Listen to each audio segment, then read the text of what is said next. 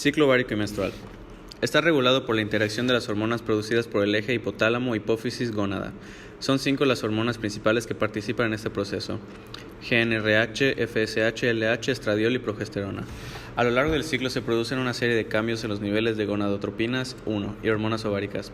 Cada hormona tiene una función diferente. La FSH realiza el reclutamiento y crecimiento de los folículos ováricos, así como la selección del folículo dominante. Actúa sobre las células de la granulosa y tiene una vida media de 4 horas. La LH actúa sobre las células interciticales y estromacales de manera que induce la producción de esteroides y desencadena la ovulación. Tiene una vida media de media hora. Los esteroides sintetizados por acción de las gonadotropinas son estradiol y progesterona. Se producen a nivel de los folículos y el cuerpo lúteo. Regulación del ciclo. Durante la primera semana comienza un reclutamiento de la cohorte de folículos. La FSH en esta primera semana aumenta de manera gradual. Los folículos van creciendo a la vez que van aumentando el número de receptores en la granulosa para esta hormona. Igual ocurre para los receptores de la LH a niveles de las células de la teca. Los folículos en este momento producen estradiol en pequeñas cantidades.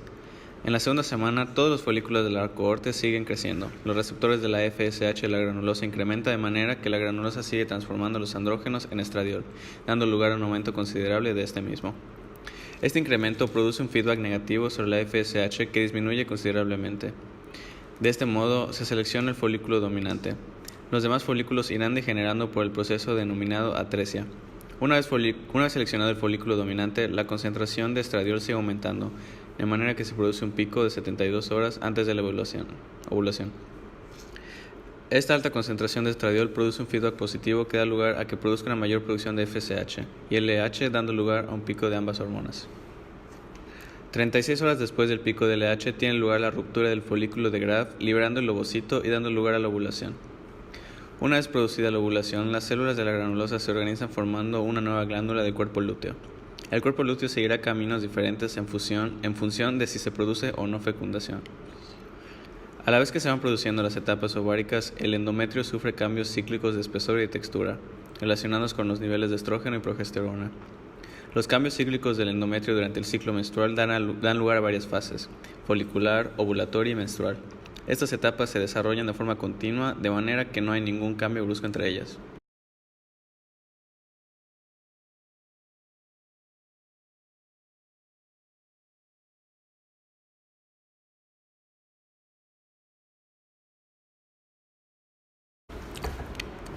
Fases del ciclo. Fase folicular. El primer día del ciclo es el primer día de la menstruación y por tanto el día que empieza la fase folicular. En esta fase se desarrolla el folículo, desde la fase primordial hasta el preovulatorio. Los folículos primordiales están constituidos por ovocitos inmaduros que deben acabar todavía la formación del óvulo. La hormona folicoestimulante o FSH aumenta ligeramente en la primera mitad de esta fase, estimulando varios folículos primordiales. De estos primordiales, uno de esos es destinado a ovular y el resto sufrirá un proceso de atresia. El folículo primordial seleccionado crecerá y se desarrollará. Las células del folículo producen estrógenos, que tendrán su pico máximo unos días antes de la ovulación. Después de este pico de estrógenos se produce uno de hormonas luteinizantes o LH y de FSH. Estos picos hormonales desencadenan la ovulación. Fase ovulatoria. Durante la fase ovulatoria, el folículo crece aceleradamente y se produce la rotura folicular con la salida del ovocito que ha completado la primera división de la meiosis. La segunda división se produce solo si es fecundado por un espermatozoide. El ovocito es atraído por las trompas de falopio y transportado en su interior hacia el útero. Fase menstrual. Durante la fase lútea y una vez expulsado el ovocito, se producen una serie de cambios en el folículo tanto desde el punto de vista morfológico como endocrino. Las células que quedan en el folículo cambian y forman el cuerpo lúteo o cuerpo amarillo, que se mantendrá unos 14 días en ausencia de embarazo. Se producen allí la progesterona y los estrógenos. La progesterona es la responsable del aumento de la temperatura en la fase lútea, parámetro muy utilizado en controles de ovulación. Si se ha producido la fecundación, la HCG mantiene el cuerpo lúteo hasta que la placenta y el feto sean capaces de mantenerse endocrinológicamente. Si no se ha producido la fecundación a los 14 días aproximadamente desde la ovulación, se produce la menstruación por la disminución de los niveles de progesterona y estrógenos y se inicia un nuevo ciclo.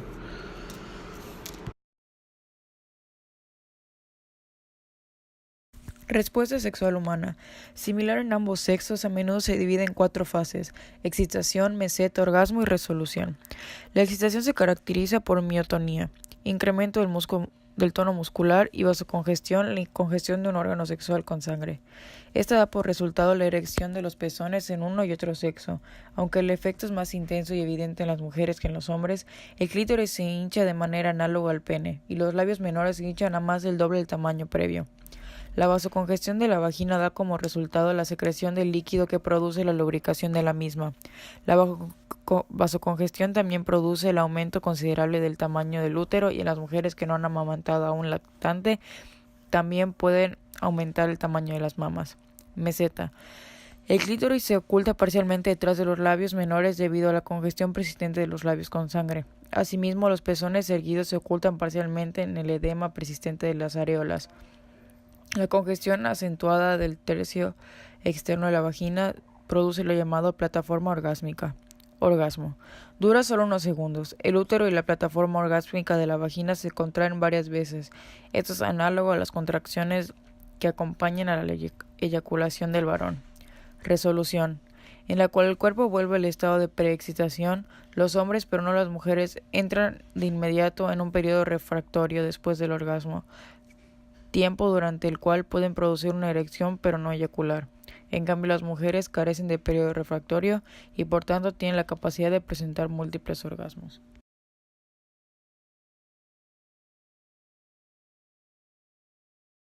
Erección, emisión y eyaculación. La erección, que se acompaña de incrementos en la longitud y la amplitud del pene, se logra como resultado del flujo sanguíneo hacia los tejidos eréctiles del pene. Esos tejidos eréctiles comprenden dos estructuras pares: los cuerpos cavernosos, situados en el lado dorsal del pene, y un cuerpo esponjoso impar en el lado ventral. La uretra sigue su trayecto a través del cuerpo esponjoso. El tejido eréctil forma columnas que tienen la longitud del pene, aunque los cuerpos cavernosos no se extienden todo el trayecto hasta la punta.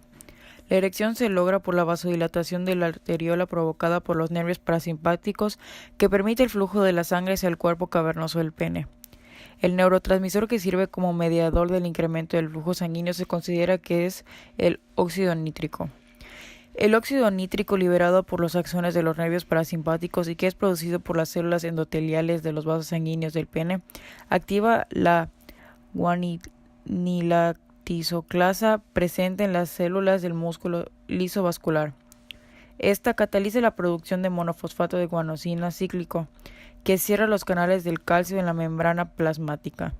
Esto disminuye la concentración citoplásmica del calcio y produce la relajación del músculo liso. De esta manera, los vasos sanguíneos del pene se dilatan y aumentan el flujo sanguíneo hacia el tejido eréctil, produciendo una erección. A medida que los tejidos eréctiles se congestionan de sangre y el pene se vuelve turgente, se obstruye parcialmente el flujo de salida de sangre de las venas, lo cual ayuda a que ocurra la erección. El término emisión se refiere al movimiento del semen hacia la uretra y la eyaculación se refiere a la expulsión forzada del semen desde la uretra fuera del pene. La emisión y la eyaculación son estimuladas por nervios simpáticos que producen contracciones peristálticas del sistema tubular, contracciones de las vesículas seminíferas y la próstata, y contracciones de los músculos en la base del pene. La función sexual en el hombre, por tanto, exige la acción sinérgica de los sistemas parasimpático y simpático. La erección es controlada por dos porciones del sistema nervioso central, el hipotálamo en el encéfalo y la porción sacra de la médula espinal. Los pensamientos sexuales conscientes que se originan en la corteza cerebral actúan a través del hipotálamo para controlar la región sacra, lo que a su vez incrementa la actividad del nervio parasimpático para favorecer la vasodilatación y la erección del pene. No son necesarios los pensamientos conscientes para la erección. No obstante, la estimulación sensorial del pene puede activar de manera más directa la región sacra de la médula espinal y causar una erección.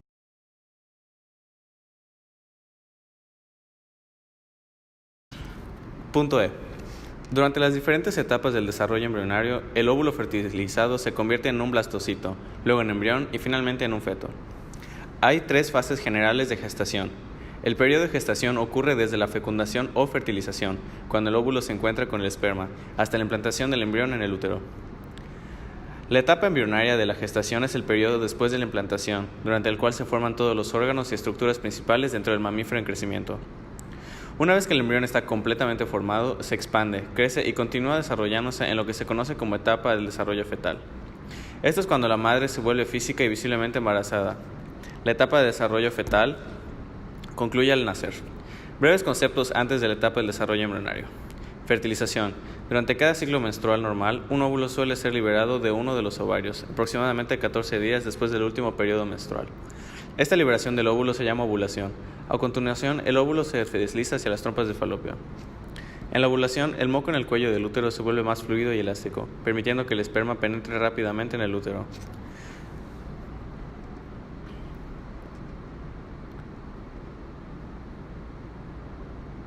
Durante la fase de ovulación, en el corto tiempo de 5 minutos, el esperma puede moverse de la vagina, a través del cuello uterino, hacia el útero y hasta una trompa de falopio, sitio habitual de fertilización, ya que las células que recubren a las trompas de falopio facilitan la fertilización. Si un espermatozoide penetra el óvulo, ocurre la fecundación o fertilización. Pequeños cilios, parecidos a unos cabellos, que recubren la trompa de falopio, impulsan al óvulo fecundado, cigoto, a través de este tubo hacia el útero. Las células del cigoto se dividen repetidamente cuando éste se desplaza por la trompa de falopio, entrando en el útero en un periodo de 3 a 5 días. En el útero, las células siguen dividiéndose, convirtiéndose en una bolsa hueca de células llamada blastocitos. Si la fecundación no ocurre, el óvulo se desplaza hacia abajo por la trompa de falopio hasta el útero, donde se degenera y pasa a través del útero con el siguiente periodo menstrual. Entre 5 y 8 días después de la fecundación, el blastocito se adhiere al revestimiento del útero, generalmente cerca de la parte superior. Este proceso se llama implantación, se completa en 9 o 10 días. La pared del blastocito tiene una célula de espesor, excepto en una zona, donde tienen de 3 a 4 células de espesor.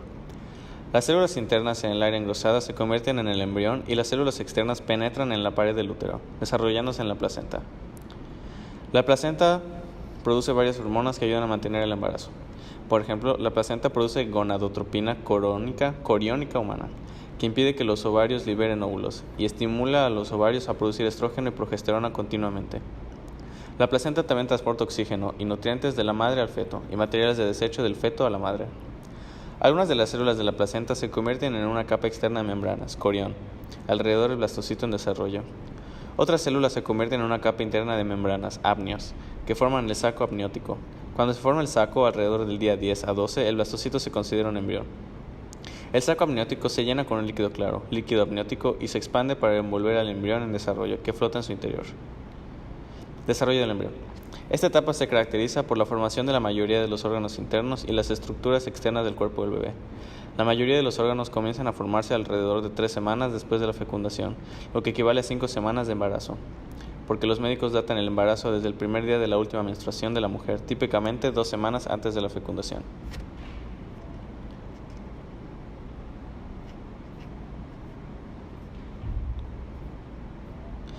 A partir de este momento, el embrión se alarga y el área que se convertirá en el cerebro y la médula espinal, tubo neural, comienza a desarrollarse.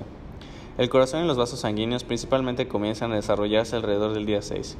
El corazón comienza a bombear líquido a través de los vasos sanguíneos al día 20 y los primeros glóbulos rojos aparecen al día siguiente. Alrededor de la semana 10, después de la fertilización, semana 12 del embarazo, casi todos los órganos están completamente formados. Como excepción, el cerebro y la médula espinal continúan formándose y desarrollándose durante todo el embarazo. La mayoría de las malformaciones o defectos de nacimiento ocurren durante el periodo en que los órganos se están formando. Durante este periodo, el embrión es más vulnerable a los efectos de las drogas, la radiación y los virus. Durante esta etapa, el embrión flota en el líquido amniótico que está contenido en el saco amniótico. El líquido amniótico hace lo siguiente: proporciona un espacio en el cual el embrión pueda crecer libremente. Ayuda a proteger el embrión de lesiones, ya que el saco amniótico es fuerte y resistente. Y ayuda al desarrollo del feto y la placenta.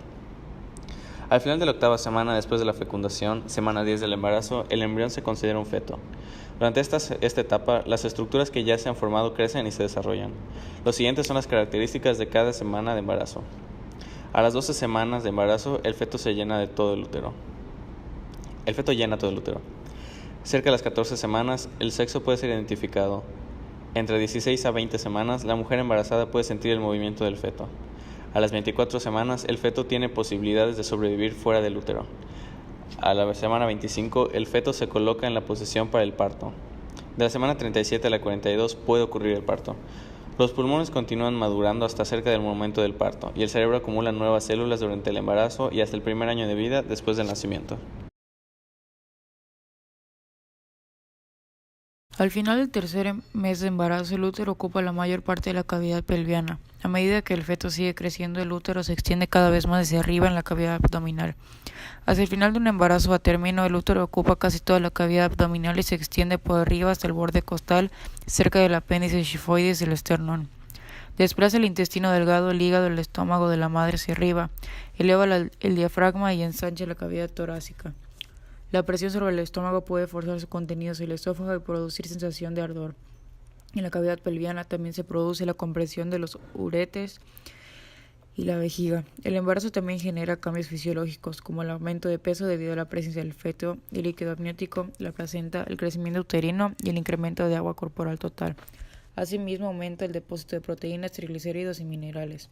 Hay un aumento pronunciado del tamaño de las mamas como resultado de la preparación para la lactancia y dolor lumbar, como consecuencia del incremento de la lordosis lumbar. Se producen diversas modificaciones en el sistema cardiovascular materno. El volumen sistólico se incrementa a un 30% y el gasto cardíaco de 20 a 30% debido al gran aumento de flujo hacia la placenta y el incremento del metabolismo. La frecuencia cardíaca se eleva de un 10 a 15% y el volumen de la sangre se incrementa en 30 a 50%, sobre todo durante la segunda mitad del embarazo. La compresión de la vena cava inferior también puede producir una disminución de retorno venoso y dar como resultado edema de los miembros inferiores y varices venosas. La compresión de la arteria renal puede desencadenar hipertensión de origen renal. La fisiología respiratoria también se modifica durante el embarazo para satisfacer las demandas adicionales de oxígeno por parte del feto. El volumen corriente puede incrementarse en un 30-40%, el volumen de reserva respiratorio puede reducirse casi en un 40%, la capacidad residual funcional disminuye hasta un 25%, la ventilación por minuto puede incrementar hasta un 40%, la resistencia de las vías aéreas en el árbol bronquial puede disminuir un 30 o 40%, y el consumo corporal total de oxígeno puede incrementarse de 10 a 20%, también es frecuente la aparición de disnea. Además, el aparato digestivo experimenta cambios. En la mujer embarazada aumenta el apetito por mayores demandas nutricionales por parte del feto. Existe una disminución general de la motilidad del tracto gastrointestinal que puede generar constipación, retardo del vaciamiento gástrico, náuseas, vómitos y pirosis. La presión sobre la vejiga urinaria como resultado del aumento del tamaño del útero puede producir síntomas como aumento de la frecuencia y la urgencia miccional e incontinencia urinaria por estrés. El aumento de hasta 35% en el flujo plasmático renal y el 40% en el filtrado glomerular produce un incremento de la capacidad de filtración renal, lo que permite la eliminación más rápida de los residuos metabólicos excedentes producidos por el feto. Las modificaciones de la piel durante el embarazo son más evidentes en algunas mujeres que en otras. Algunas embarazadas experimentan una hiperpigmentación alrededor de los ojos y en los pómulos, a modo de máscara. En las areolas y en la línea blanca del abdomen inferior pueden formarse estrías en el abdomen, a medida que el útero aumenta de tamaño y se incrementa de la caída del cabello. Los cambios en el aparato reproductor consisten en un edema y aumento de la vascularización de la vulva, además del incremento de los pliegues y la vascularización de la vagina. El peso del útero aumenta desde 60 a 80 gramos en ausencia del embarazo hasta un total de 900 y 1200 gramos al término, debido a la hiperplasia de las fibras musculares miometrales al inicio del embarazo y la hipertrofia de las fibras musculares en los trimestres segundo y tercero.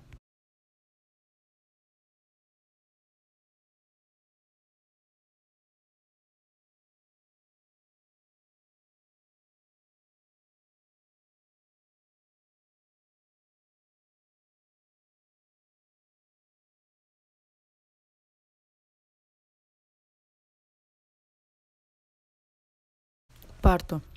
El parto es el proceso mediante el cual el feto sale del útero a través de la vagina, también conocido como nacimiento.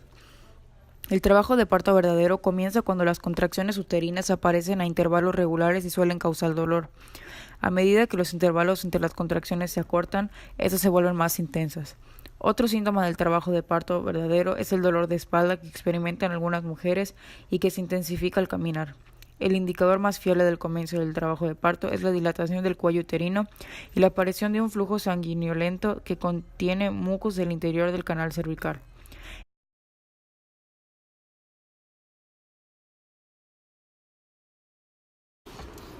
Punto H. En el video nos vamos a enfocar más en los anticonceptivos artificiales, ya que son los de más común uso. Estos métodos artificiales funcionan de diferentes formas para disminuir la probabilidad de que la relación sexual resulte en un embarazo.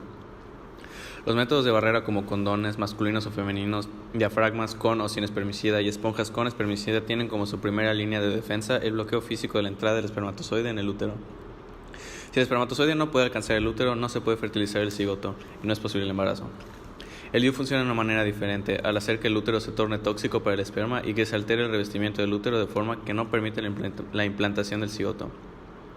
Las hormonas en los anticonceptivos orales e implantes hormonales inhiben la ovulación y sin un huevo fértil no es posible el embarazo.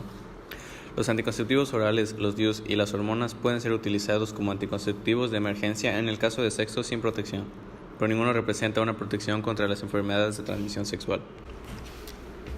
Ahora les presentamos una tabla en la que mostramos distintos métodos anticonceptivos, ya sean naturales o artificiales, y su efectividad. Espermicidas con un 72%, métodos naturales más de manera general un 76%, marcha atrás 78%, que es el coitus interruptus, condón femenino 79%, condón masculino 82%, diafragma 88%, píldora 91%, la mini píldora 91% también, parche hebra 91%, Nuvaring 91%, inyección 93%, DIU de cobre 99,2%, DIU de hormona 99,8%, un implante 99,95%, siendo este el más efectivo, ligadura de trompas 99,5%, método Essure 99,8% y una vasectomía total 99,85%.